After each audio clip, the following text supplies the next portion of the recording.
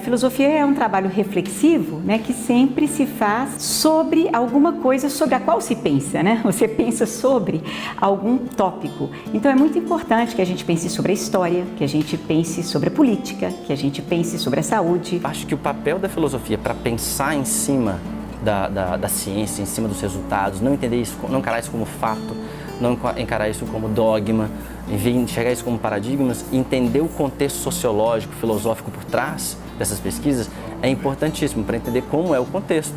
Na relação filosofia e saúde, né, na área de saúde, nós temos já uma reflexão bastante consolidada, não é? Por exemplo, sobre as fronteiras entre o normal e o patológico. Como isso é muitas vezes arbitrário ou depende de outras crenças, depende do estado de desenvolvimento das técnicas e da ciência de um momento, depende das ideologias sobre poder, sobre a sociedade em geral. Então, um ponto importante dessa reflexão seria o que é normal e o que é patológico. Alteração de pressão arterial.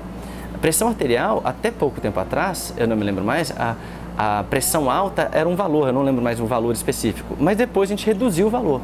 Por que pressão alta mudou? A pressão continuou sendo a mesma coisa, a gente não mudou a pressão quando a gente olha o que seria esse tensionamento de volume de tecido.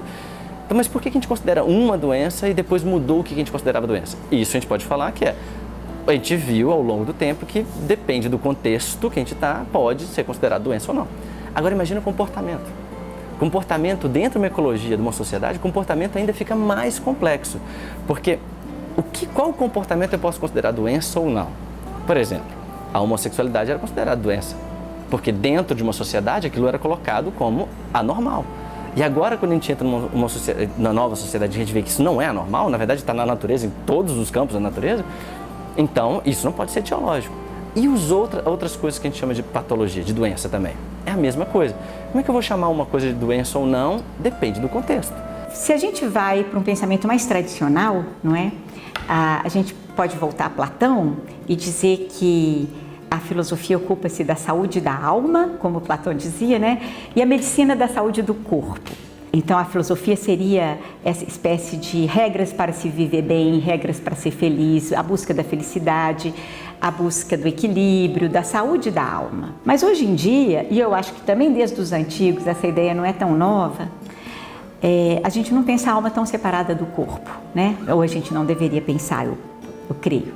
Então, quando a gente não pensa mais a alma tão separada do corpo, a filosofia se torna-se uma questão, né, de saúde como um todo, né? Que a saúde, o bem-estar, a felicidade, o equilíbrio, ela não pode ser só da alma nem só do corpo. Isso é uma escolha filosófica, né? De não separar o corpo da alma, o corpo da vida, o corpo da sua narrativa de vida, dos seus projetos, nada disso está separado da nossa existência corpórea. Se for técnico, né, se a gente for pensar numa coisa linear, seria relativamente fácil.